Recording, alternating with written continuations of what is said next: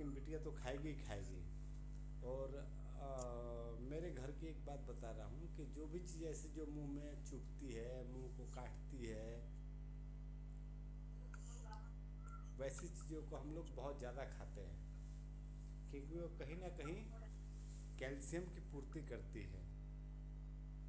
क्योंकि आप अगर यूट्यूब पे या गूगल पे ढूंढोगे कि हम अरबी खाते हैं तो हमारे जीभ पे, गालों में, गले में चुभता क्यों है, तो उसमें कैल्शियम ऑक्जेलेट होता है, वो एकदम सुई की तरह होता है।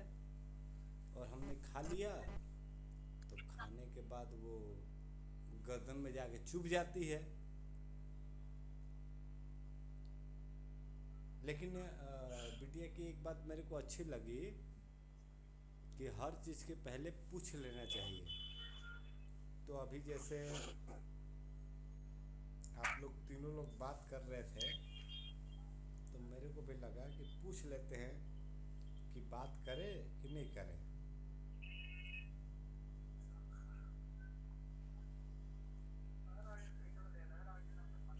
तो आपके तो आदेश ही होता है।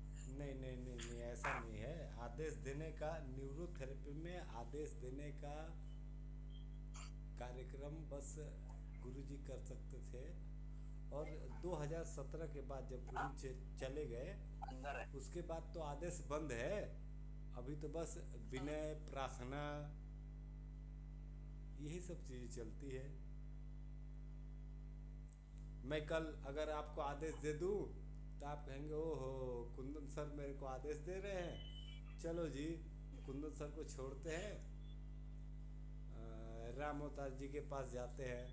कल को अगर राम अवतार जी ने आदेश दे दिया तो आप सोचेंगे ओहो, राम अवतार जी को भी छोड़ते हैं, दीक्षित जी के पास चलते हैं। कल को अगर कभी गलती से दीक्षित जी ने भी आदेश दे दिया तो बोले ओहो, ये नवल बढ़िया बंदा है तो इसके पास चलते हैं। तो ये एक बात बताऊं, आज के टाइम में न्यूरोथेरेपी में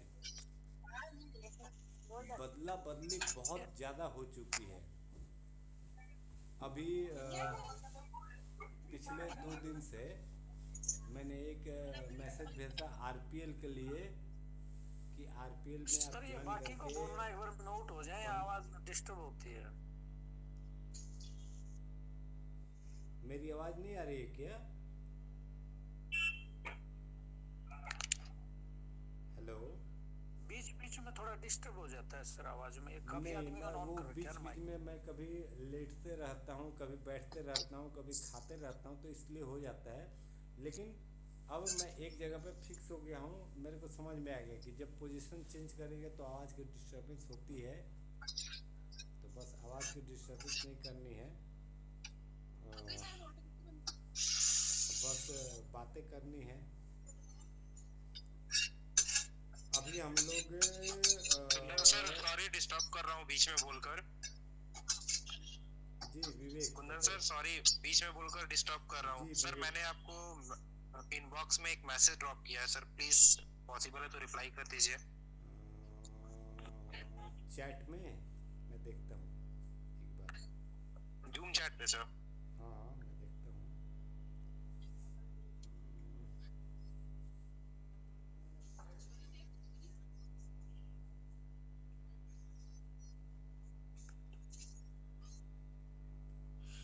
रमेश चंद्र 1152 बाकी है सभी क्या? प्लीज म्यूट कर लीजिए खुद को। Shivcharan ji and Subrata ji please mute कर लीजिए आप, क्योंकि पीछे से डिस्टरबेंस आ रहा है बहुत।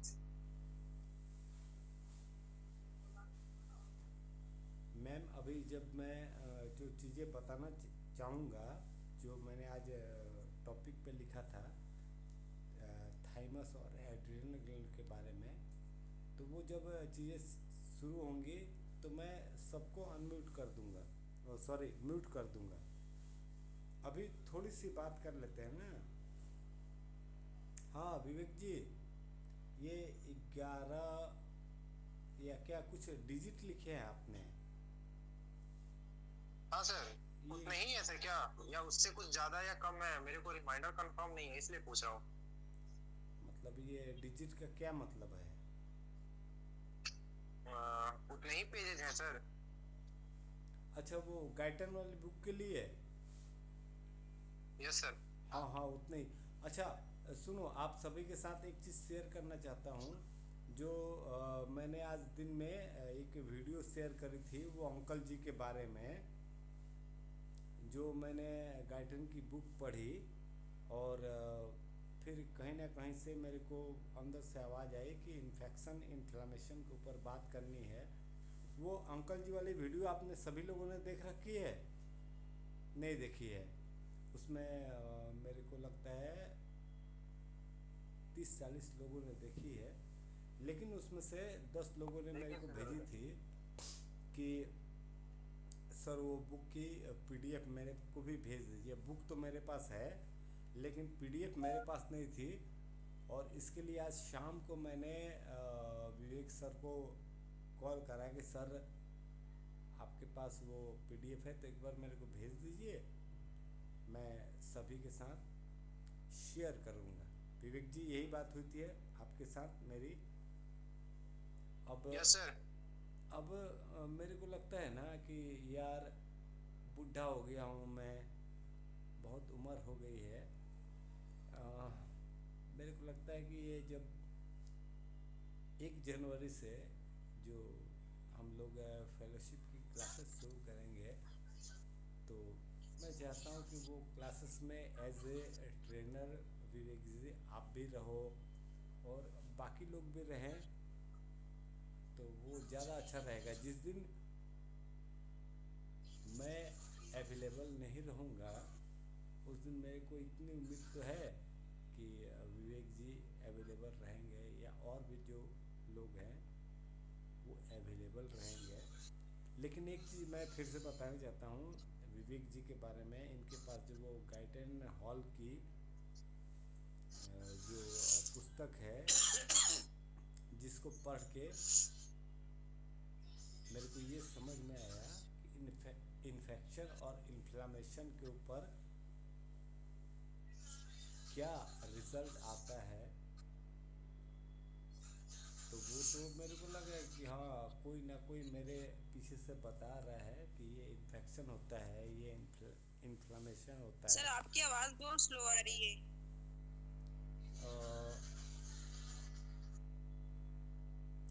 मैडम जी, ये एक्चुअली मेरे मोबाइल की दिक्कत है, आवाज़ थोड़ी सी स्लो आ रही होगी। लेकिन हाँ, जब मैंने ये देखा ना कि इन्फेक्शन इन्फ्लामेशन, ये पिछले 3 दिन से मेरे दिमाग में चल रहा था। तो फिर मैंने वो पुस्तक पढ़ी, और आज मैंने हेलो हेलो जी सर, सर, बताएं। आवाज रुक रुक के आ रहा है।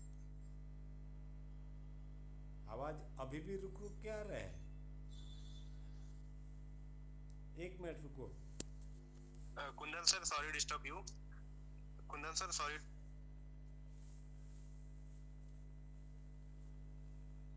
To disturb you. आप जितने भी पार्टी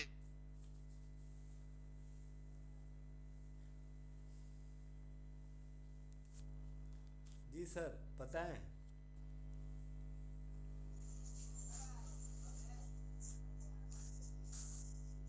हेलो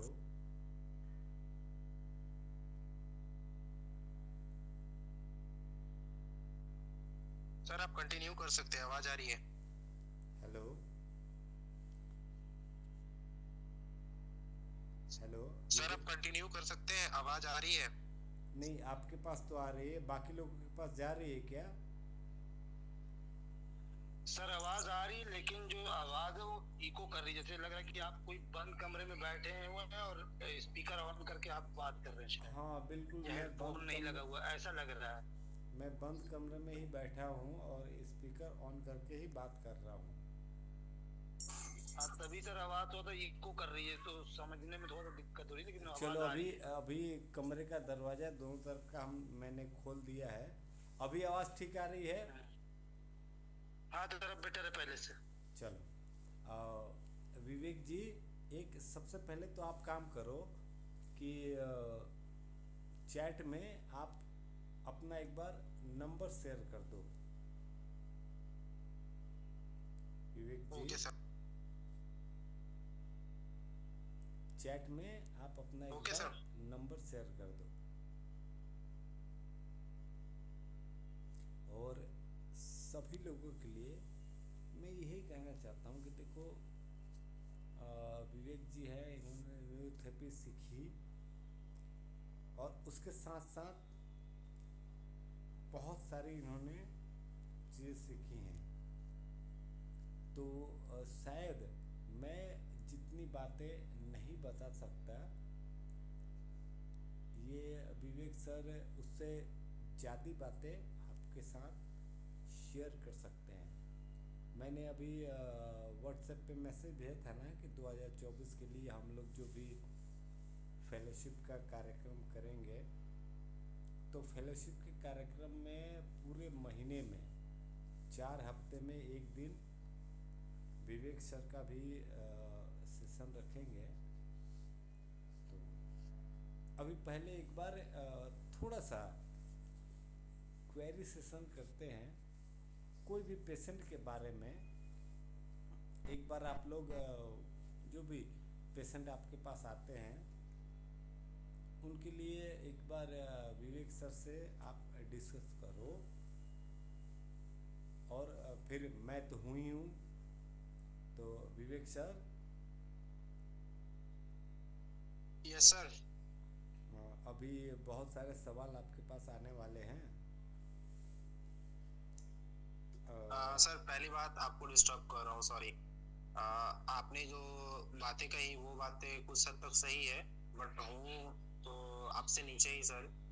तो ऐसा प्लीज ना कहिए कि आप जितनी बातें आप सिखा सकते हो मैं तो उसकी कुछ ही बातें कुछ हद तक अपने एक्सपीरियंस से सिखा सकता हूँ। तो आपके कहने पे मैं अपना एक एक्सपीरियंस साझा करना चाहूँ सर। जी बिल्कुल। हाँ, मेरे पास एक केस आया था। मैंने एक पेशेंट को ट्रीट किया। जिस पेशेंट को मैंने ट्रीट किया उसकी हिस्ट्री आप सुनोगे तो आपको थोड़ी शॉकिंग लगेगी। एक लेडीज है, मैं उसे अभी भी ट्रीट कर रहा हूँ। वो जो लेडीज थी मेरे पास आई थी अप्रोक्सीमेटली 18 से 19 दिन पहले आई है। और उनकी हिस्ट्री है कि उनके एब्डोमेन में 6 सर्जरी हो चुकी है, 3 caesarean delivery, 2 hernia and 1 appendix. इतनी सारी सर्जरी करने के बाद उनका नेवल अपसेट एंड डाइजेशन की कंप्लीट वाट लगी हुई है। इतना उनमें पोटेंसी नहीं है कि वो रोटी बनाने के लिए लेडीज अपने घर में तवा को गैस से उतार के रोटी फुला सकती हैं। इतनी उनमें कैपेसिटी भी नहीं है। तो इस केस में मैंने बहुत सोचा क्या ट्रीटमेंट दे सकता हूँ। फिर मैंने गुरुजी को याद किया। तो आप सबसे भी रिक्वेस्ट करता हूँ कि आप जब भी किसी पेशेंट को ट्रीटमेंट दीजिएगा तो पहले गुरुजी को जरूर याद कीजिएगा। मैं इस बारे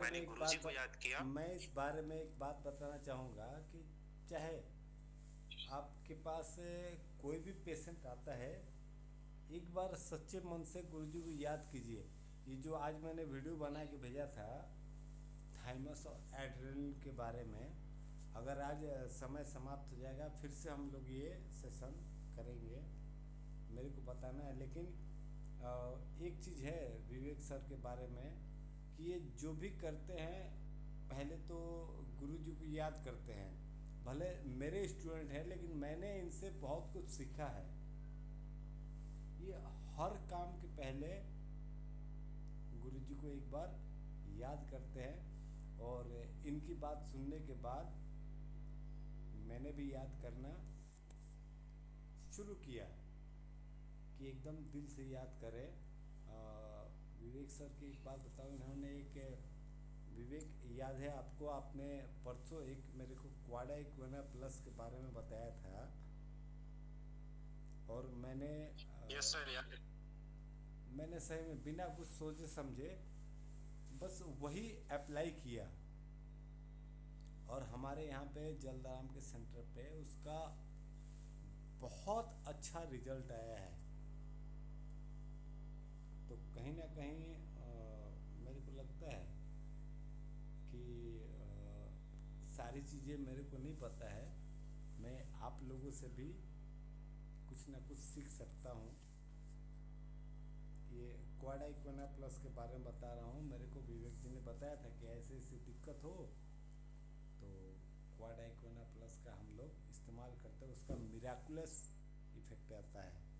ये परसों मेरे को विवेक जी ने बताई थी और कल और आज मैंने ये चीज़ को अप्लाई किया है और सही में मिराकुलस इफेक्ट आता है। जी विवेक जी बताएं।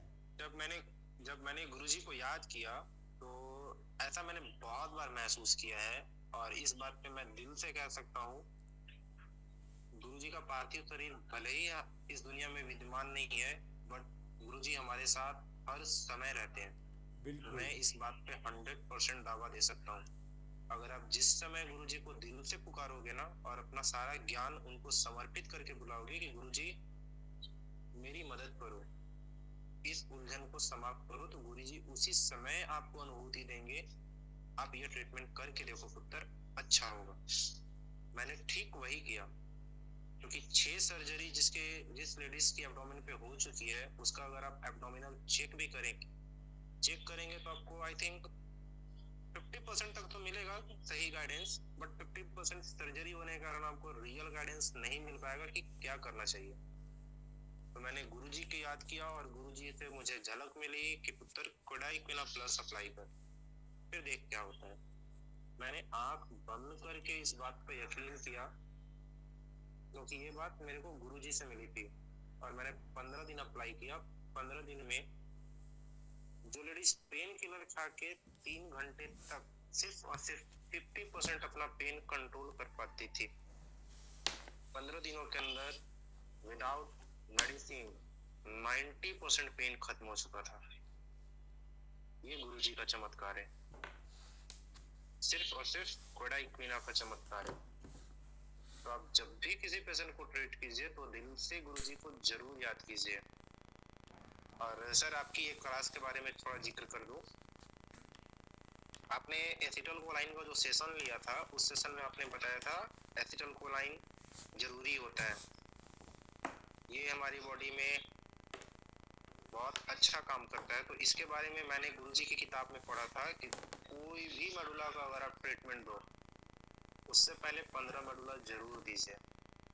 इसका लॉजिक मेरे को ये अच्छा लगता है कि जब भी आप 15 मेडुला देंगे तो एसिटाइलकोलाइन बनेगा, न्यूरोट्रांसमीटर है, और ये पूरी बॉडी के नर्वस सिस्टम में जितने हार्मोन्स, केमिकल, जो भी मैसेंजर बनेंगे, उन्हें एक से दूसरे जगह ट्रांसपोर्टेशन का काम करेगा।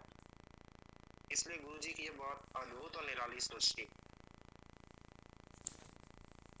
तो आपका ये सेशन मेरे को बहुत अच्छा लगा था और बहुत ही इंटरेस्टिंग था। तो जो लोगों ने ये इस बात को महसूस किया होगा, उन्हें बहुत अच्छे से समझ में आई होगी कि न्यूरोट्रांसमीटर होता क्या है। सर आप बोल सकते हो आगे। Thank you sir. Vivek ji, सबसे पहले तो एक बात, जैसे पहले भी आपसे बात कर रखी थी मैंने, और अभी भी यही कहना चाहता हूँ कि 2024 के जो 1 जनवरी से हम लोग फेलोशिप का सेशन स्टार्ट करना चाह रहे हैं, तो आप भी हमारे साथ रहें। खास करके मेरे को और हमारे साथ जुड़े हुए सभी लोगों को सीखने में बहुत मज़ा आएगा। मैं थोड़ा कभी कभी गुस्से में आ जाता हूँ, तो कभी कभी बहुत सारे लोगों को मैंने ग्रुप से निकाल भी दिया, लेकिन वो कहते हैं ना कि आपकी बात जो सुनने को मिली, आज सुबह से मैं सुन रहा हूँ, आप भी साथ में रहेंगे तो अच्छा रहेगा। धन्यवाद सर।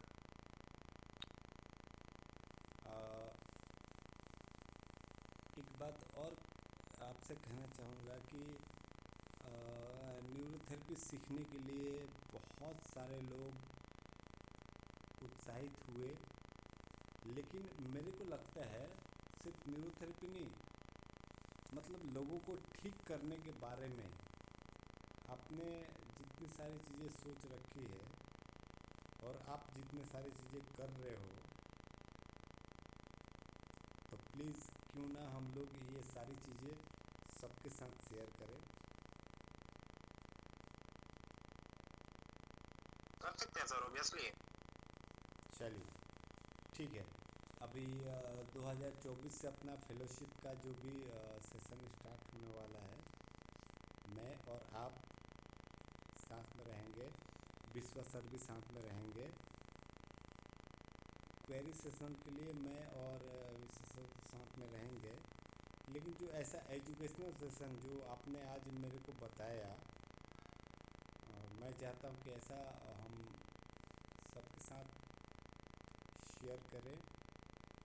चलिए ठीक है, इसके बारे में हम लोग बात करेंगे। आज का जो अपना सेशन था वो थाइमस और एड्रिनल ग्लैंड के बारे में, जो मैंने ये वीडियो बना के भेजी थी ना, तो उसी में सवाल आया था कि सर हम कैसे समझे कि कहाँ पे थाइमस को काम कराना है, कहाँ पे एड्रिनल ग्लैंड को काम कराना है। तो इसी चीज़ को लेकर के आज का सेशन मैंने रखा था। तो विवेक जी, एक बार आप बताओ कहाँ पे हम लोग थाइमस ग्लैंड को काम पे लगाएंगे, कहाँ पे एड्रिनल को काम पे लगाएंगे। तो आप अपने हिसाब से एक बार बताओ, फिर मैं उसको इलेबोरेट करूँगा। Okay sir. चलिए। थाइमस ग्लैंड और एड्रिनल ग्लैंड दोनों एक दूसरे के, सबसे पहली बात तो ये है कि ऑपोजिट वर्क करते हैं, दुश्मन है। अगर थाइमस हमारा वर्क करेगा तो एड्रिनल ग्लैंड हाइपो होगा, और एड्रिनल अगर काम करेगा तो थाइमस हाइपो होगा। हाइपो मतलब कम काम करना, हाइपर मतलब ज्यादा काम करना। जब भी बॉडी में किसी भी तरह से इन्फेक्शन का केसेस आता है जिसमें हमारी बॉडी के इम्यून सिस्टम को बूस्ट करने की जरूरत होती है, जैसे कि उदाहरण दूं तो आपको कभी चोट लग जाए, ब्लीडिंग हो जाए, तो उसमें हमारे शरीर से रक्त बह रहा होता है, तो हमें उस इंजरी को ठीक करनी होती है। तो वहाँ पे हमारे शरीर की इम्यून सिस्टम काम करती है उस केसेस में। या फिर फीवर हो जाए, तो फीवर के केसेस में भी जब ज़्यादा हाई फीवर होता है तो हम अपनी बॉडी के इम्यून सिस्टम को ही बूस्ट करते हैं। और ऐसा नहीं है, मैं जहाँ तक समझता हूँ फीवर हमारे लिए कोई दुश्मन नहीं है, वो हमारा बहुत अच्छा दोस्त होता है। क्योंकि जब भी फीवर होगा ना, आपकी बॉडी का इम्यून सिस्टम हमेशा बूस्ट करेगा, एवरी टाइम्स बूस्ट करेगा। तो शायद आप लोग अपनी अगर लाइफ का बैक अगर 2-3 इयर्स में जाएंगे तो आपको फील होगा, अगर आपको 3 साल पहले बुखार आया होगा तो उससे एटलीस्ट कम से कम 2 साल पहले आपको बुखार आई होगी, यानी कि आपका टाइमिंग गैप बढ़ चुका होगा। तो ये बूस्ट होती है हमारी इम्यून सिस्टम। तो जहाँ पे इम्यून को बूस्ट करना होता है हम वहाँ पे थाइमस को यूज करते हैं, बट जहाँ पे हमें इम्यून सिस्टम को यूज नहीं करना होता हम वहाँ पे एड्रिनल ग्लैंड को एक्टिवेट करते हैं। जैसे कि इन्फ्लामेशन हो जाता है तो हम एड्रिनल ग्लैंड को एक्टिवेट करते हैं। ये बेसिक कॉन्सेप्ट है जिसपे आपको सिंपली समझने की ज़रूरत है। बट समटाइम्स ऐसा आता है कि हमें दोनों को एक्टिवेट करना पड़ता है। तो दोनों को जब हम एक्टिवेट कर रहे हैं, कुछ केस ऐसे से आते हैं हमारे लाइफ में जब हम पेशेंट को ट्रीट कर रहे होते हैं, उस केस में हम पहले थाइमस को एक्टिवेट करते हैं, देन एड्रिनल ग्लैंड को एक्टिवेट करते हैं। रीज़न बिहाइंड इसका ये है कि अगर हम एड्रिनल को एक्टिवेट बाद में, मतलब पहले करते हैं और बाद में थाइमस को एक्टिवेट करेंगे, तो थाइमस के बूस्ट करने के कारण हमारे शरीर में ऑटो इम्यून सिस्टम का केसेस बढ़ जाता है। इसलिए हम इम्यूनिटी को बूस्ट करते हैं थोड़ा, ताकि हम हील करें, और फिर उसे भी स्विच डाउन करते हैं ताकि हमारी ऑटो इम्यून का केसेस ज़्यादा ना बढ़े, वो ठीक होने के कगार पे आए। रेस्ट बाद बाकी आपको कुंदन सर ज़्यादा डीप कॉन्सेप्ट एक्सप्लेन करते हैं, तो सर आप कैरी कर सकते हो।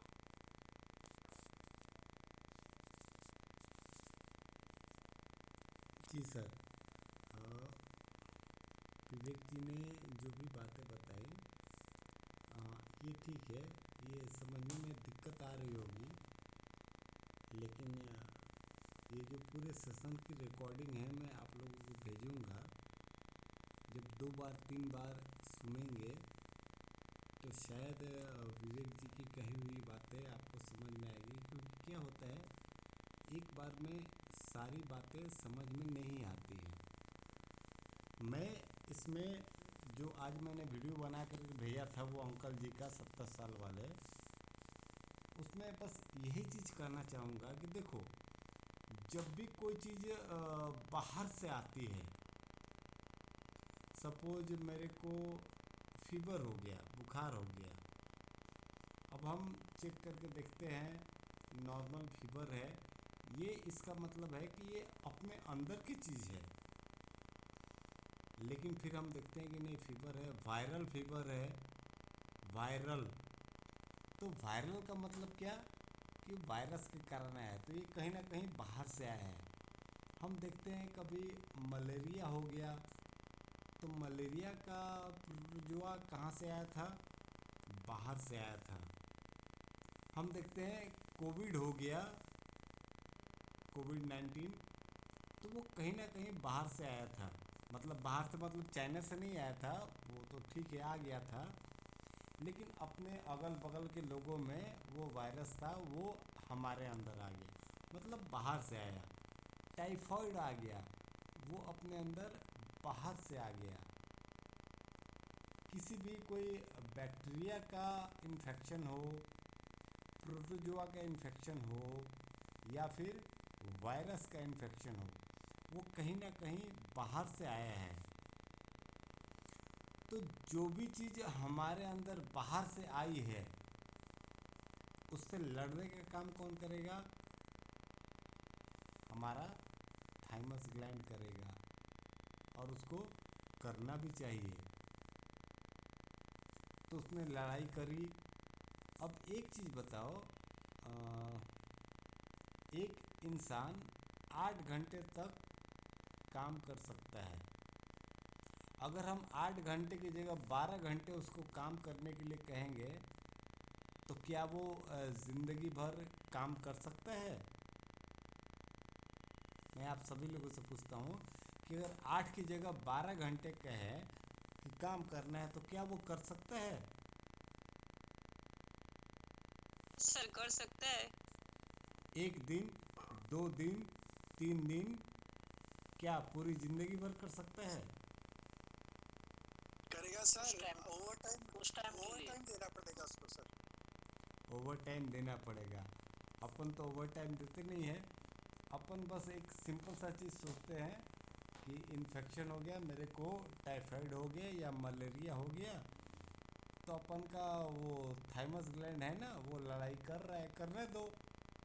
और हम लोग उसको ओवर टाइम देते हैं क्या? आपने कभी थाइमस ग्लैंड को कुछ एक्स्ट्रा देने की कोशिश करी है? नहीं करी होगी।